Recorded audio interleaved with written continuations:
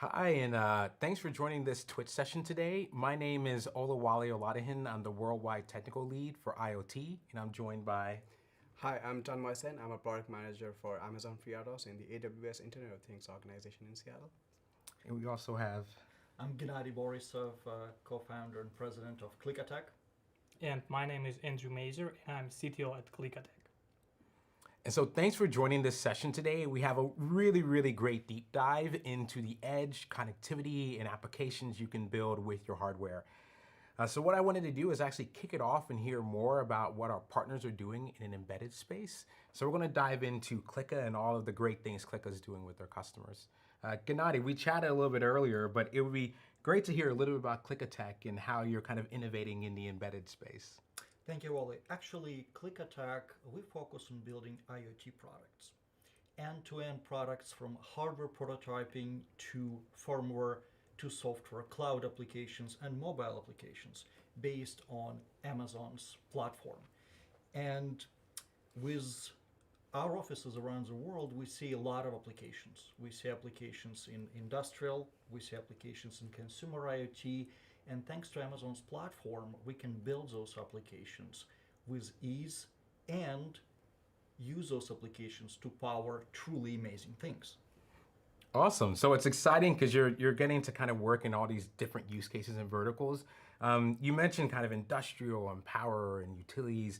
Could you dive into one of the examples you found kind of most interesting that you've had in your IoT applications with customers? Yes, actually, thank you. One of our customers, a great company we work with in Germany named NKT, we built a drum tracking solution.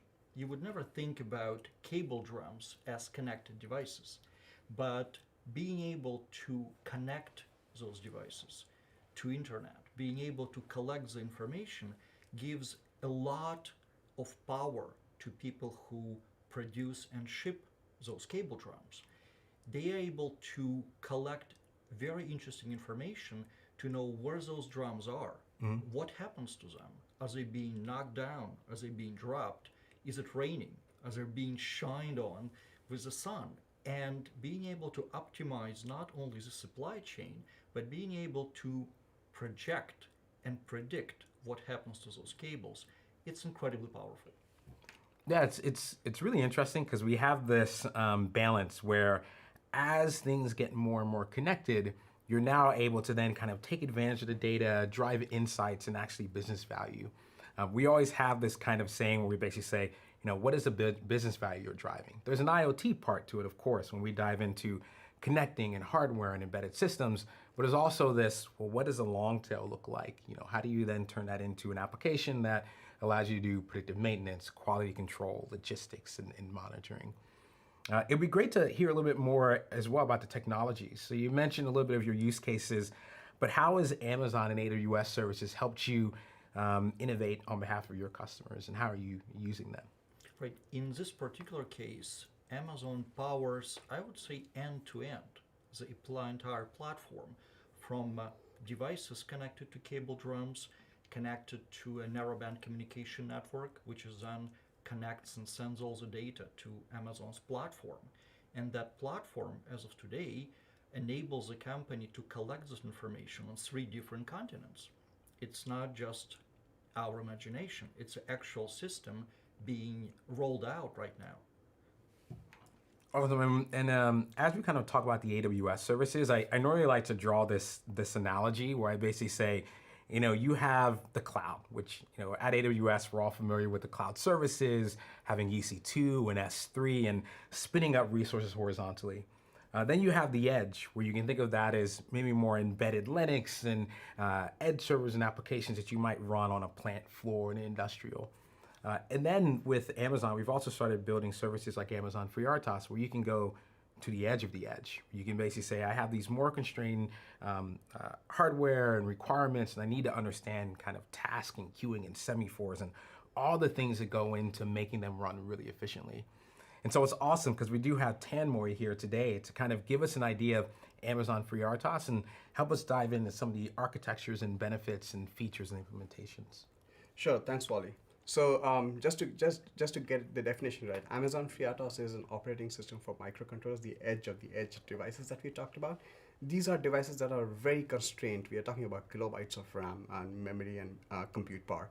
So this is an operating system for microcontrollers that lets these small, low-powered edge devices to easily program, deploy, securely connect to the cloud, and then manage using device management. So Amazon FreeRTOS is basically, it extends the FreeRTOS kernel, which is a most popular real-time operating system for microcontrollers, with security libraries, connectivity libraries, and over-the-air update feature using device management. And you can basically look at the connectivity libraries such as Wi-Fi and BLE that we have today in Amazon FreeRTOS, and cloud connectivity libraries such as MQTT, security libraries TLS and PKCS11, which is an open source standard, and the over-the-air update with the code signing feature that we already exist and pre-integrate with Amazon FreeRTOS. So Tammy, just to dive in a little bit is more. So we have the FreeRTOS kernel that's been around for 15 years at this point, That's right. a little bit longer.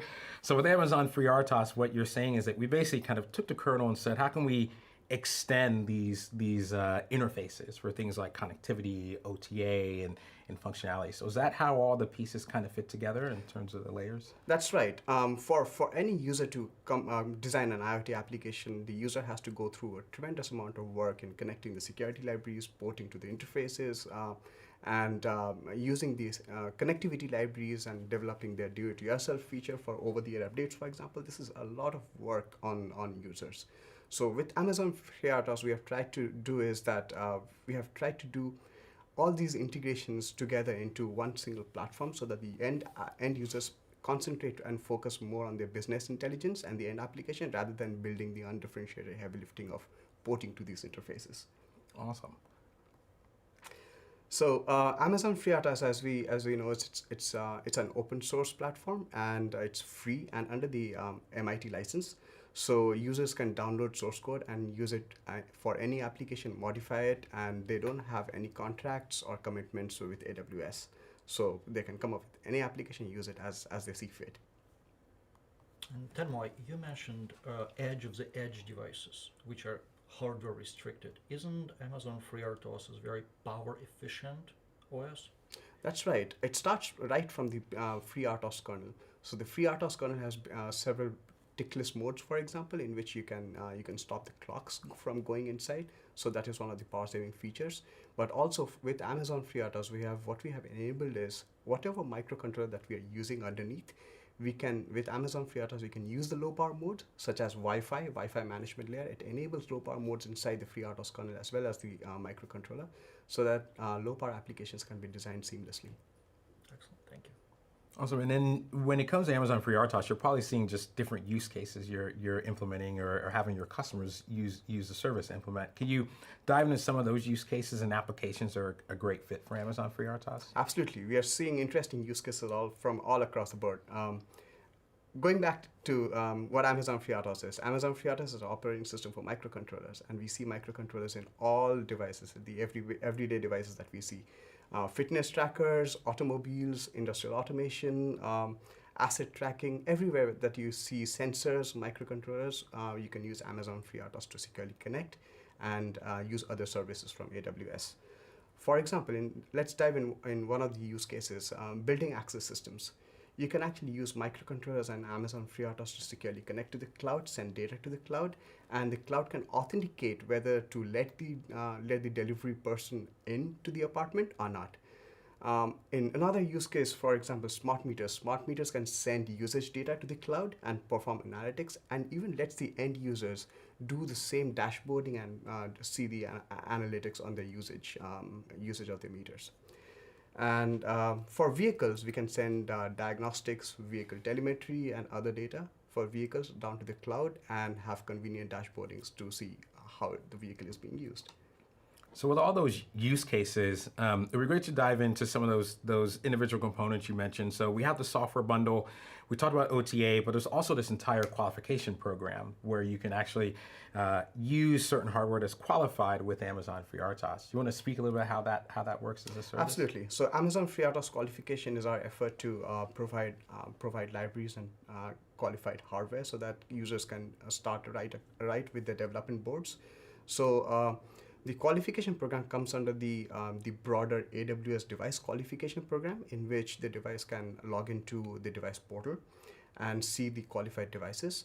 And those devices we can get software down and get started right away with Amazon FreeRTOS source code and some convenient examples, code examples.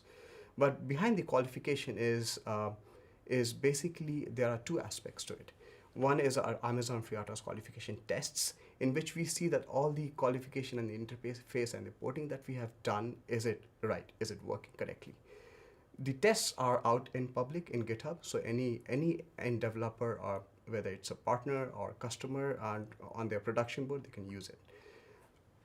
To enable fast development and see if the qualification is working correctly, we have also a separate tool called AWS IoT Device Tester, which is basically an automation tool in which you can run all the tests seamlessly and very quickly, so that you can think of it as a CI/CD platform, working through the porting and seeing all the devices and the qualification, whether it works perfectly or not. That's awesome, because I think the interesting thing too, especially as we start diving into the hardware a little bit later, is that you want to see like what are the things that are going to work underneath the hood. So like how's connectivity going to work, how's OTA, how's security. So having this testing and then even a qualification program to basically allow customers or partners take their hardware through the process, validate it, and then have it available for people to essentially use as a prototype or starting point. This creates a really, really rich ecosystem. That's right. Cool. So I know we've talked a little bit about Amazon FreeRTOS, and I know at least for Klika, you've done a fair amount of customization and implementation with Amazon FreeRTOS. It would be great to just kind of dive into how you think about taking some of the things like the BLE beta branch that Tamara talked about, or OTA, and start to build those demos, prototypes, applications for your customers. Yeah, Wally, you're right. So we constantly receive different requests from our clients to connect different devices to the edge. And those devices vary from a water leak sensor to a conveyor belt on the shop floor. So the variety is huge. And those devices, they can interact with each other, or they can be connected directly to the cloud. And they can be connected to different network types. And they also vary, for example, local area network, wide area network, or even body area network, the wearable devices that Tanmoy mentioned. And things are complicated here, and also there are a big amount of different architecture types for microcontrollers, and it's not an easy task to pick up proper hardware. And things are not so difficult with the firmware and software that should run on top of this hardware. And we rely on the AWS products because they bring us these additional libraries that bring out of the box connectivity to the cloud and connectivity between each other. So we can say that we use constantly Greengrass on the edge, and we use Amazon FreeRTOS on the edge of the edge. So we can connect devices between each other, and we can connect devices through, let's say, a device that plays a gateway role with Greengrass on the board. Great. So Andrew, I know we have one of those demos actually right in front of us. So maybe we can dive into the demo and what you have running, because I think this is a place where you took Amazon FreeRTOS, you had the BLE beta branch, you said, let's extend it, let's implement something short range using FreeRTOS and Greengrass. So can you kind of talk through what's all these boards on the table and how they all blend together? Of course. So let me start from the use case. First of all, we have like a remote control, and this device plays a role of remote control of a virtual 3D camera. And how it works. Actually, this board has an Amazon FreeRTOS inside. And as Wally mentioned, we used BLE beta branch. So all this functionality and abstraction layers that it brings with this repository.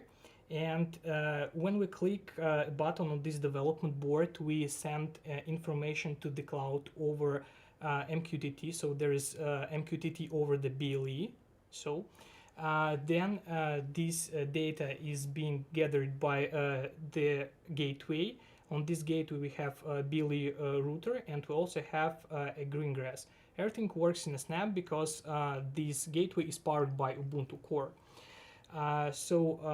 Then the data is being processed implicitly on the edge inside of this Regatta 500 IoT gateway and is being sent to the cloud.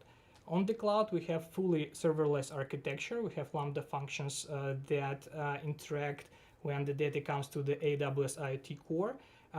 Data is being processed, and then with the WebSocket connection, it's being put to the internet. And with a single page web application, we can see that things are changing when we click on the button.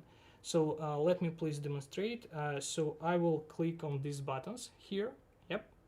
And let's go to my laptop, and I will demonstrate how it works. So here is the 3D camera and the panorama. I'm clicking on the left button and we see that camera is turning left. Once again on the left, and let's see what's there on the right. It's much sunnier there than it is here. Yep, yep. Andrew, and what kind of development board is this? So actually we are using Nordic NRF 52840, and it has a BLE chip on this development kit, and we used already available functionality in the beta branch. It's a luck that there is a project that compiles the source code, and we just need to plug in our board, make some adjustments, and everything worked out of the box. And just to show the same board but without the panel, these are the buttons Andrew's talking about. Yep. So once again, Amazon FreeRTOS has additional abstraction layer that brings a unified API for any chip and hardware vendor you would like to use. So it's really neat because we only concentrate on the implementation, only on our business logic, and we are not thinking of any hardware abstraction layers. So we do our main task to implement the business logic our customers want. Awesome. And Andrew, maybe even just if we were to pull that architecture up again, like I'll get my screen up. Okay. You kind of have this end-to-end flow. So like on my laptop, you kind of can see the different components, but you have the Nordic board running. Then you also have, that's for just the Amazon FreeRTOS BLE portions. Yep. Then you have Greengrass running here, essentially on the router, correct? So Yes. this is your Greengrass implementation that is using BLE locally, but then Greengrass is basically a Linux daemon. If you're unfamiliar with it, it allows you to run a process on your own hardware, and that process has basically a subset of AWS IoT core services. So it has things like MQTT broker, security, it allows you to do Lambda functions at the edge. So you're able to do essentially all these additional benefits without being connected to the cloud. So that is our edge versus the edge of the edge, which is the Amazon FreeRTOS. Yes, and when there is no connectivity, everything is being handled by the Greengrass. And when the connectivity is being up again, everything is synchronized with the cloud. So this the core benefit from our perspective of using Greengrass on the edge. Yeah, so you get that duality, right? You can essentially, if you're online, you have a great connection, you're in Wi-Fi in the studio, you're just going to send data just over the fence. And then in other cases where you have maybe intermittent connectivity or you just want to batch things locally, Greengrass can do that batching for you. Amazon FreeRTOS and Greengrass are communicating over the local network, and then when you have connectivity, it comes up, send a few packets over to the cloud, go offline again for however long you need to. And then if I go back into the architecture, just to understand how you pulled all these components together, once it gets into Greengrass, you go to AWS IoT Core, and you mentioned the backend being serverless. So I see you've got Lambda, API Gateway, S3 Incognito. So how did those pieces kind of help you build like the UI or the dashboard or the experience that your end customer sees? Okay, so when we collect the data from the edge, we just send it to AWS IoT Core, and we have several rules that are being compliant when this kind of data received at the AWS IoT core. Then we have several Lambda functions that just process this data and pushes this data to a special WebSocket connection to which our single page applications connect, and those applications are stored in the S3 bucket, so like a single page web application. Okay, so it's interesting. So how that ends up working is you've got your web application. Because we use MQTT for AWS IoT, you can do MQTT or MQTT over WebSockets. So for end users, consumers, mobile phones, they just go over MQTT WebSockets, can ingest and receive data in real time. And then your devices can use MQTT just for a little bit lightweight, or in this case, also BLE. So again, doing something local. So super interesting. Yep. And back a couple of steps to the Greengrass, what we talked about, intelligence on the edge. Greengrass truly powers that intelligence on the edge. As you said, Wally, if there is no long-range connectivity, decisions could be made by the Greengrass edge device, and then sent to the edge of the edge, to the endpoint device, and vice versa. So it ensures the control and command situation to truly deliver on the business case. Well, it's interesting too because maybe we can dive into this component a little bit more. So we mentioned Amazon FreeRTOS using the beta BLE branch. Greengrass today actually doesn't have like a BLE, mode, so to speak. It has, MQTT, OPC UA, some industrial protocols. So it's kind of interesting. How did you actually implement this BLE bridge with Greengrass, knowing that we only have a few that are native out of the box? We spent some time here. We looked at the examples that Amazon provides. So there are two different repositories alongside with the BLE beta branch in Amazon FreeRTOS. They just have an examples of the SDK for iOS and for the Android, and some demo applications that connect to the devices that are powered by Amazon FreeRTOS and transfers this data to AWS IoT Core. And we did something similar. We implemented this snap that has a daemon inside, and it collects the data. We call it a BLE router. It collects the data from the Nordic NRF 52840 device that runs Amazon FreeRTOS. It collects MQTT packages over the BLE and then transfers it to Greengrass that runs locally. And then Greengrass does everything implicitly and sends data to AWS IoT Core. Okay, so what you ended up doing is you basically have this process running separately. And that process is, doing the conversion from BLE to MQTT. That MQTT is still local. It's directly to Greengrass. Yes. And then from Greengrass, you can then send information from there to the cloud. Yes. Yes. And I know something that's interesting with Greengrass is you get a fair amount of flexibility. So, we talked about the fact that you can run this sidecar, but there are also customers that can just take a Lambda function with Greengrass and run it long-lived, and then do the conversion there. So they can just say, well, I want it to be exactly inside of Greengrass core. I want it to be a Lambda function. I have a cloud developer that's great at it. They can do that mode as well. So it kind of, you had a couple of options you could pick from. Yes. And also the third option is Greengrass connectors. Yeah. Okay. Yeah. So yeah, I think for people that aren't familiar with Greengrass connectors, think about that as, I'll bring up something on my screen so I can illustrate the points that we've kind of jumped around on. But on my screen, you can kind of get an idea of how you might deploy these applications when we think of microcontrollers and edge applications. And what you can see on the far left is what Andrew kind of described. He basically said, I've got a process, and that process runs as a thing in AWS IoT, but it's local. All that process does is take BLE packets, converts them to MQTT, and then forwards them to Greengrass. Again, this allows you to run that sidecar parallel process. If you look at the top right, you can also do something where Greengrass takes the Lambda function and embeds it inside of the deployment. And that Lambda function can have access to local resources and can run long-lived. So Lambda function stands up, it has your own code in it, and it basically says, I'm just going to run over and over and over again. So I can listen to different ports, do things over serial or I2C, and pull data off, convert it, and then send it up to the cloud.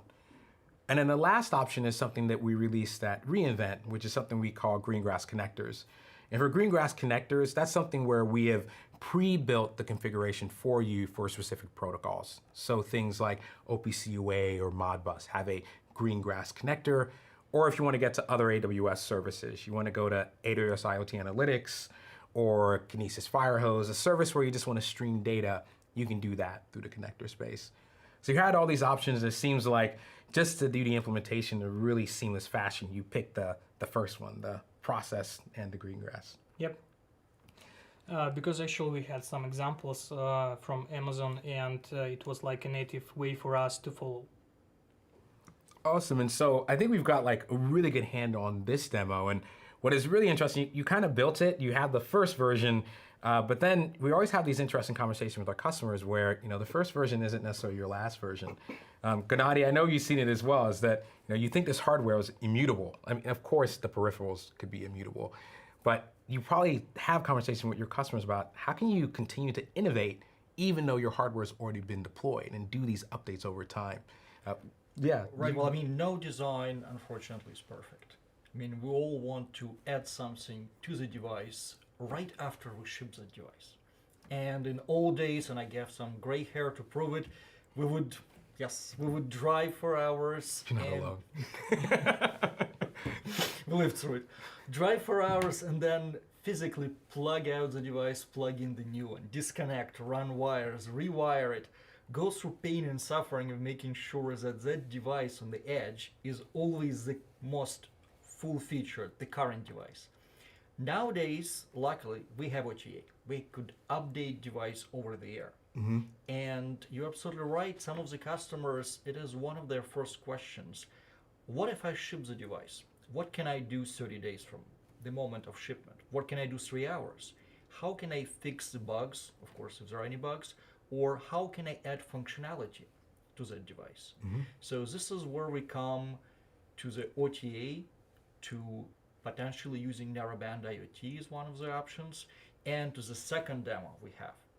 So awesome. So I mean, it's great to hear how you're seeing this use case with your customers. So customers are kind of telling you, hey, we need to do OTA and we need help with how to do that. And I know Tanmoy, with Amazon FreeRTOS, you've kind of thought about how can you make OTA easier through this kind of libraries and configurations you give customers. So how does that kind of work in some more detail? Yeah, absolutely. So with Amazon FreeRTOS, I mean, if you're looking at the screen right now, so it's I'll bring out my screen. so it's basically the architecture of Amazon FreeRTOS. What we see here is the microcontroller, which is the hardware lying underneath. With the vendor supplied libraries, you can think of the drivers and the board support packages that the microcontroller supports. And we have defined convenient APIs and abstraction layers and management libraries on top that you see as MQTT agents, shadow libraries, device defender libraries. These are the different convenient APIs and the abstraction layers that we have defined, so that along with the FreeRTOS kernel, the users are defining the end application, which is the blue box on top. The application code doesn't have to write directly to the TLS, TCP, and all those libraries that are underneath in the Amazon FreeRTOS internal libraries that we have defined. Mm-hmm. So we have pushed everything together. We have seamlessly defined all the interfaces together, tied all those together, so that you don't have to think about anything else going to these libraries. You think about the uppermost layers. For example, if you want to communicate to the cloud, send a message to the cloud using MQTT, you just use the API that is defined by the MQTT agent, and it opens up a task in the FreeRTOS kernel. So that's how convenient it is. For Wi-Fi management library, it's exactly the same. If you want to use low power modes or you want to scan access points around the room, you just use the APIs that the abstraction layer defines and the management library defines, and you interface with the Wi-Fi stack from third-party or the microcontroller libraries too. So you don't have to think about anything of that stuff. Now, shifting to OTA agent, the agent that you see on the right. So OTA agent is another logic and the library management library that we have implemented for Amazon FreeRTOS. And this seamlessly integrates with our cloud services, the OTA cloud services. So you can, going into the details of how OTA is implemented, so there are two aspects to it. One is the user, and the second is the OTA agent on the device itself. So when the author updates a firmware, has a firmware to be updated on the device, he or she basically uploads it to Amazon S3 and schedules an update job. He or she can use the AWS IoT Device Management Console to schedule the update job and select the number of things and the number of devices. It can be all the microcontroller devices in a particular building or a floor of a building. So once that's done, once the update has been done, the MQTT agent sends broadcast the messages out to the devices that there is an update, there's a firmware update out there for you. And then after that, the OTA agent inside the Amazon FreeRTOS library takes over. It takes the update, splits into chunks, smaller chunks, MQTT chunks, and downloads it to a separate partition in Flash in the microcontroller itself. So these chunks come in sequentially or out of sequence. They get into a separate partition, but once that happens, the OTA agent checks for the whether the firmware is correct or not. So there is a separate feature called code signing, which the user can use to sign and upload the images. And when the images are downloaded down to the device, the OTA agent checks whether the signature is valid or not. It's basically to see if it's coming from a trusted source. So once that's done, we send a notification to a bootloader in the microcontroller itself. Bootloader checks for the hash in the device and does a self-test, a small dance run, to see if the images are fine. After every verification has been done on the device, the partition, the older image is deleted, and the new image, the microcontroller boots up from the new image, which is the new firmware. And the OT agent sends a notification to the cloud that the update has been done. So this is the mechanism of the entire OTA framework that we have today. It's basically for customers. We provided a standardized interface and a mechanism to do over-the-air updates for remote devices. Awesome. I know when we actually dive into the demo, what's interesting is with each one of these interfaces and libraries, because it's something where customers can customize how that OTA process actually works. For example, for Klika, you were able to do some of the things that Tamoy talked about, but then over BLE. So you're able to customize the OTA agent a little bit to use this BLE protocol, but then still take advantage of all the richness Tamoy mentioned about the code signing and the essentially dual partitions and booting off of the new binary. So Andrew, you want to kind of show how that works, Yes, now that we know the and theory? Actually, I'll show how it works in real time. Everything that just mentioned Tanmoy is being run here on the device. So let's go to my laptop, and I have here AWS Web Console. As Tanmoy mentioned, we need to create a specific job where we can pick up that we plan to create an Amazon FreeRTOS OTA update job. Then we definitely need to have a device which we plan to update, and we'll update this device that I was using before to control the virtual 3D camera. And let's say the new firmware will have a new feature.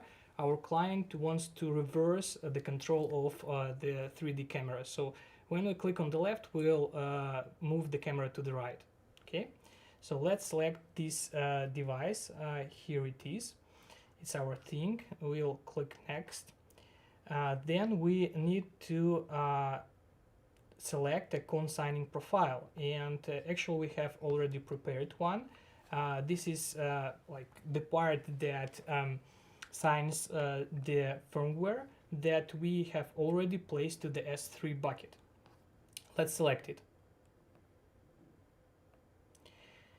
Here we need to identify the path name of the firmware image that is being run on the edge device, and we have the same as the name of our new firmware. So it's AWS demos ble.bin file, and we need to select the role that requires S3 to just get the access to this firmware. So clicking the next button, we need to specify an additional ID. It should be unique. For example, it will be Twitch session test final and maybe it's a long ID. it should be a unique. And then we will add, for example, that it's 16th of April today. Okay, let's put it so. Then we don't need to specify any tags for these purposes, and we'll create a job.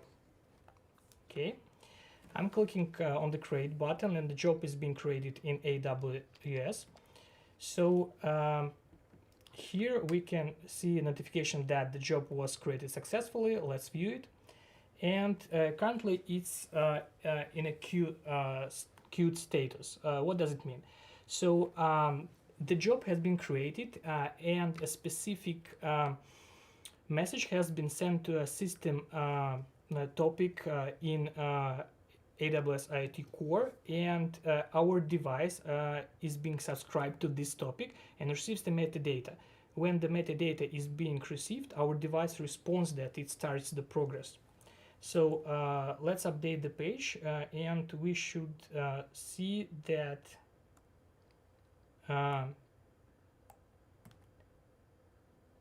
our device should receive the message. So actually the overall OTA process takes a while.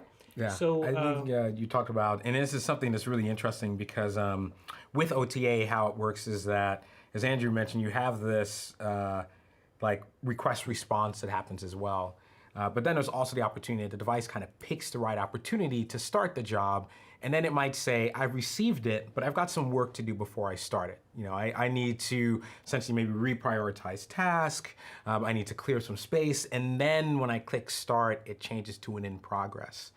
And earlier, Andrew, you talked about a couple other points that I wanted to bring up that I think is really interesting is there's kind of two levels of security that are part of that workflow. You mentioned the code signing piece. Yep. But that last very step, you also had this individual role, and that role said, can AWS IoT device management actually go read this information from S3? So you can kind of think the conversation I have with customers on security, like this separation of essential responsibilities. You know, we have one on the device that says, do I trust this firmware? And then also the customer gets the ease of mind where it says, also I want to make sure that I actually allow AWS IoT to get this specific binary. Maybe, you know, I want to create one for dev, test, prod so that if someone selects the wrong IAM role and don't pull the dev build, because that would be really bad, they can only pull the prod build. So. Right. And while we're in progress here, one other, I would say, good practice to follow is when you want to update your devices, don't update them all at once. Break them into different groups, for example, geographical group, or by version of the hardware, or by installation place. Update group by group, go step by step. You never know what could happen, God forbid, but it's better to break, God forbid, a small group of devices rather than your entire device park. I just want an easy button. I want to be like, okay, you're exactly right. It's something where even with device management, you can roll out your updates over time. So like same best practice to give to our customers. Okay, so the process is in progress, and I just want to point out that the device has already received a new firmware over the air, and currently we have a LED blinking. It tells us that on this specific device, it tells us that the update procedure is in process, and we have this OTA agent in place that just reboots after all these steps it did to the bootloader, and bootloader boots the new firmware from another bank and verifies whether it's valid, whether it's working, and it makes self tests that have been created before by the developers. And if everything is okay, it just reboots once again to the new firmware that lies on the bank, and it just flushes the previous one. And then also it then reconnects, reestablishes the BLE as well, Yes. back to the router. And we can see on my laptop that it has successfully finished the whole procedure. So let's test. Okay, I will open also this 3D panorama, and I will click on the left button, and it should bring us to the right. Yep, here it is. And I will click this button that is the right button, and it brings us to the left. So it's kind of we were working like this, and now we just can reverse and click on the left, click on the right, so whatever. Nice. So even just that demonstration, we get an idea of how you can use Amazon FreeRTOS, all the drivers that are there, and then Klika, you've had experience then being able to take those and let's say modify to either run them in different protocols or even just like change the process of when a bootloader runs. We need to do these other validations versus something else. So this gives you this kind of best practices built in, but then the ability to kind of customize based on those interfaces what you want to do. Right, you can think of it as changing device personality. So as of this time, you have one personality. After the update, you have a different personality. So it opens up a lot of possibilities having one device, one hardware device already in place, but having virtually unlimited functionality, being able to deliver it to that device and then execute that functionality based on so many different rules. Interesting. And even just to pivot on that personality piece a little bit, you can have personality be kind of a changing of the firmware over time. I'm also sure you're probably having customers that have personality meaning a completely different type of device. So we've been doing some of the short range implementations and over BLE, but you probably have use cases where customers are asking you, I need something that's much longer. I need to implement something that allows me to get to agriculture and remote watering systems. So how are you having those discussions when the personality is a completely different protocol and kind of communication and connectivity question? Right, thank you. If the device would have multiple connectivity options built in, as Andrew just demonstrated, we can have the short range communication in effect. But a lot of clients right now ask us about much longer ranges for different use cases. And a lot of people talk about narrowband IoT and express interest in narrowband IoT as a part of being very rapidly rolled out 5G. Right now, kind of the race is on around the world, and more regions are being opened up with effective narrowband IoT networks. So delivering the connectivity over much longer ranges with narrowband IoT enables precision connected agriculture, for example, or tracking of assets which would not be previously possible, or tracking of smart mobility objects, tracking drones, long-range drones, or moving vehicles.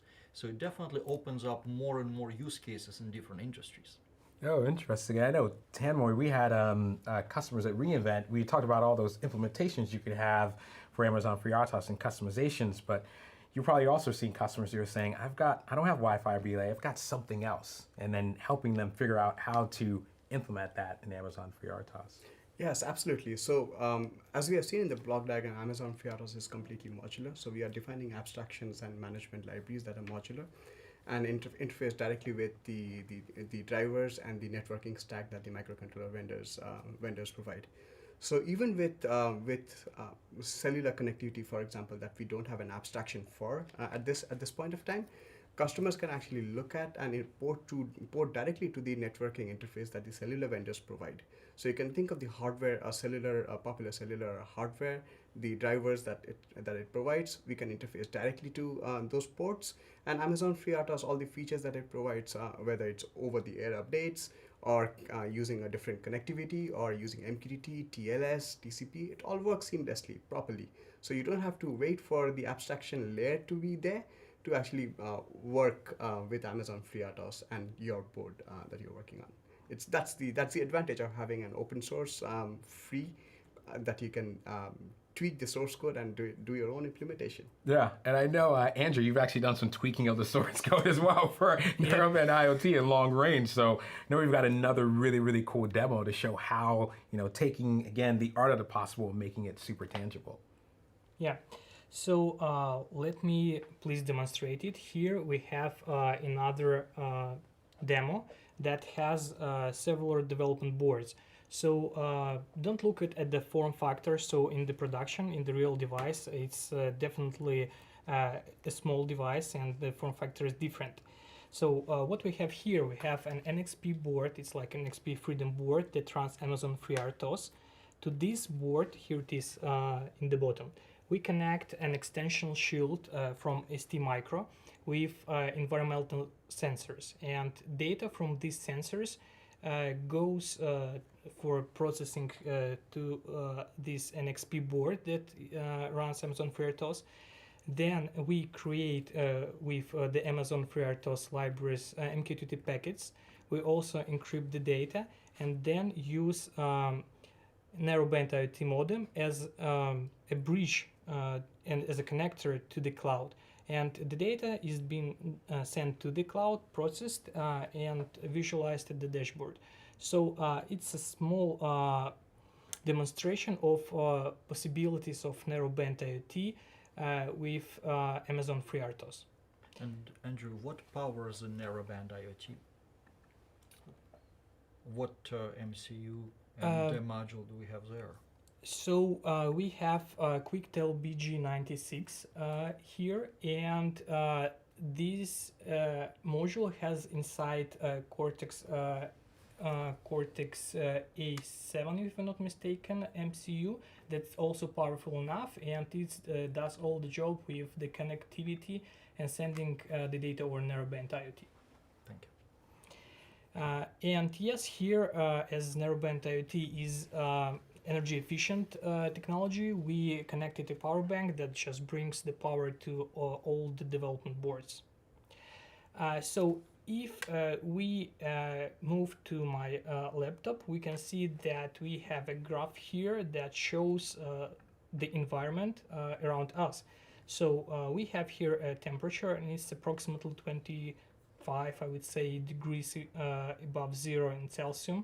And we have humidity that is approximately 36 percent.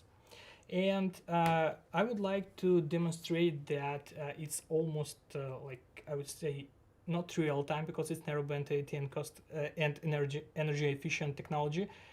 We can tweak the graph by holding the temperature sensor. Tenmoy, don't you mind? The lovely Absolutely. assistant's going to raise the temperature. Yes. So in a few seconds, we'll see that there should be a spike in the temperature.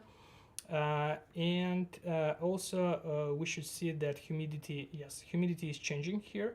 So just a second, and here we see a small spike that should go higher. Timo is just so cool. He's like so cool under pressure. It's like steady hands. Okay. I'm surprised temperature doesn't go down. But I'll show then that we have a spike in humidity. Okay, so it's for now 48%. Yeah, we can see. Temperature sensor. Just a increase. little bit of time. Just a little time to let it simmer. Cool. And then I saw some questions in the chat as well. Thank in you, terms Timo. of languages and whether you should use C, C++, Python, Java. Just kind of interesting, Andrew, Gennady, if you can talk about what languages you see with your customers when you're implementing. Seeing primarily C with Amazon FreeRTOS, you seeing people asking for C++ or Python, or what are you seeing in the field? So actually it depends on the specific use case that we solve and on the device that runs either Amazon FreeRTOS, either Amazon Greengrass. So for the edge of the edge devices, we prefer C because actually the FreeRTOS kernel is written in C, and we have all this compatibility within the libraries and on the compiling and the linking stage. So yes, C is the primary language we use on the edge of the edge devices. And for the Lambda functions that run inside of the Greengrass, actually it depends on the device that runs Greengrass, whether it's powerful enough or not. But you can use any languages of your preferences. So we are not limited in the like hardware limitations, and so you can use the one you prefer. And we see a lot of Java. We see Yes. some Node, I believe. Node from fast prototyping and for Yes. just catching the events and then processing them. But like enterprise more tend to use Java in this. Yeah, Edge I devices. came from an enterprise space, so I like use Java. Like, I mean, it's been forever. People were just like, "Why are you waiting to compile?" I'm like, get my coffee, or check the news. But then it's kind of C's. You go to the edge of the edge. Amazon FreeRTOS. You're using C. You want to be as efficient as possible. You want control over your RAM and memory. You want to essentially be able to tap into all the levers that you can, especially when you're in the constrained. Again, the edge of the edge. And then depending on the environment you're in, when you get into the edge space with things like Greengrass and Lambda functions, you then get to pick the ones that are most kind of you're used to, right? So if you're used to Node or Python, you can bring those in Greengrass and then make use of maybe something that your cloud or enterprise developers are more used to. Right, right. I mean, especially on the edge of the edge, when you talk about battery operated devices, that's where efficiency and power efficient of Amazon FreeRTOS come in. And from the Greengrass to the cloud, that's where you pick the compatibility. So you can write once and run, as you said, that Lambda, run it on the cloud or migrate it down to Greengrass device. Yeah, I actually see some funny things on the chat about segmentation faults in C and like, things like that. So we weren't saying it wasn't, easy, but I think the trade-offs again that you get when you're trying to be as efficient as possible is super helpful. If I gotta malloc my own memory again, I might lose my mind. More gray hair. Andrew, I know we kind of went through the overall demo, but if you wanted to recap, I'll show on my laptop the actual end-to-end application that you built so people can see it. But you essentially had my. Maybe you can tilt the board a little bit so we can show it. I'll take this to. Yeah, thank you. My window doesn't want to agree with me. It wants to keep moving. So just so you can see the architecture components that you have here, you can kind of speak to them.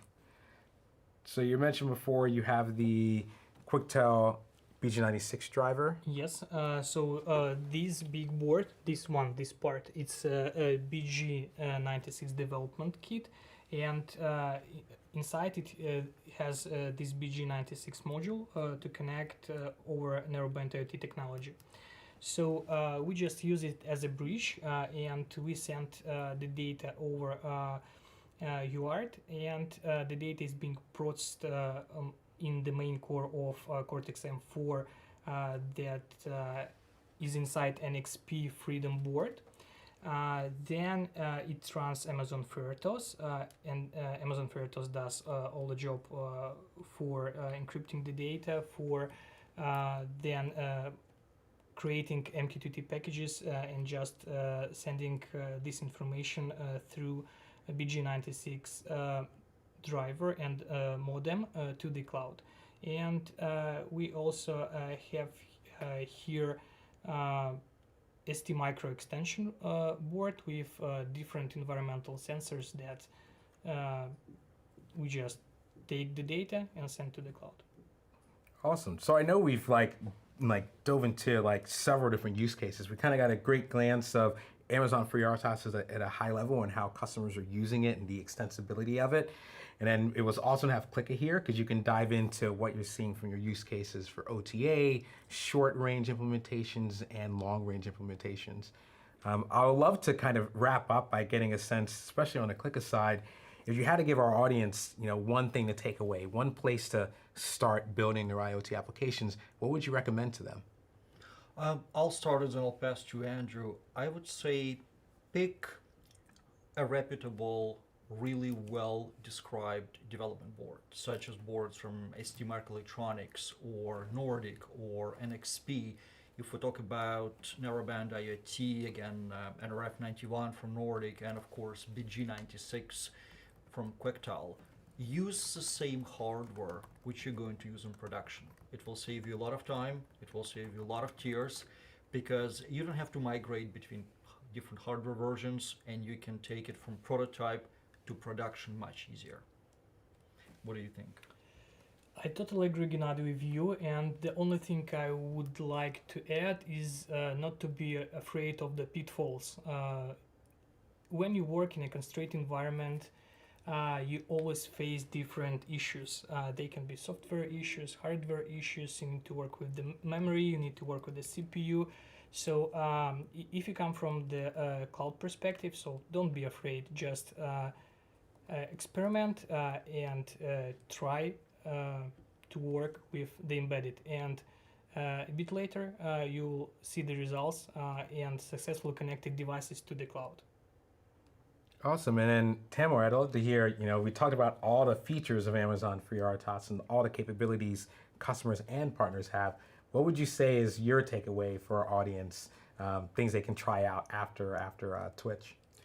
The customers and partners that I talk to really love the fact that we are innovating really quickly and we're having a continuous innovation, and that enables customers to focus on their business logic, as we reiterated before, business logic and the application code, rather than doing the undifferentiated underlying work of porting to the different interfaces, connectivity, security, and developing their own OTA framework, for example. This has been and will be our philosophy. And together with all our semiconductor partners and technology partners, we'll strive to provide solutions that will make customers innovate more, create new and innovative IoT applications. Awesome. So, we covered a lot this hour. So we dove into, again, everything from short range, how to customize Greengrass, how to customize the BLE beta branch. Then we went to long range, and then hopefully you got a lot of great best practices around OTA and security and kind of how to get started with some of the development boards that you see today. So hopefully you got a lot out of IoT, all the things, and we can't wait to do another episode with you. So thank you so much, and thanks Tanmoy, Gennady, and Andrew for joining.